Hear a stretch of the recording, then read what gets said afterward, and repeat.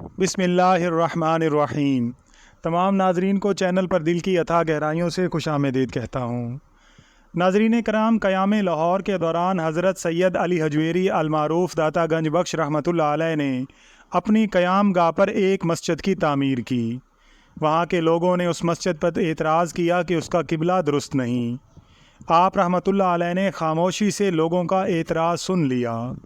کچھ وقت کے بعد جب نماز کا وقت ہوا تو آپ رحمۃ اللہ علیہ نے نماز پڑھائی، اور جب لوگ نماز سے فارغ ہو گئے تو تمام حضرات سے فرمایا کہ تم لوگ اس مسجد کے قبلہ پر اعتراض کرتے تھے، اب دیکھو قبلہ کس طرف ہے۔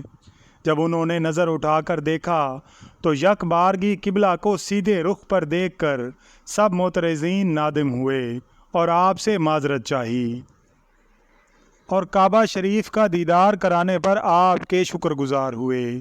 آپ رحمۃ اللہ علیہ کی کرامات کے ذریعے گرد و نواح میں آپ کی شہرت پھیلی اور بے شمار لوگ آپ کی بزرگی اور ولایت کے قائل ہوئے۔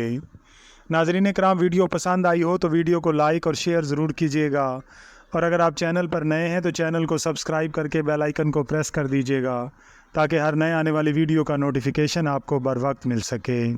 اللہ تعالیٰ سے دعا ہے کہ اللہ تعالیٰ ہم سب کا حامی و ناصر ہو، آمین یا رب العالمین۔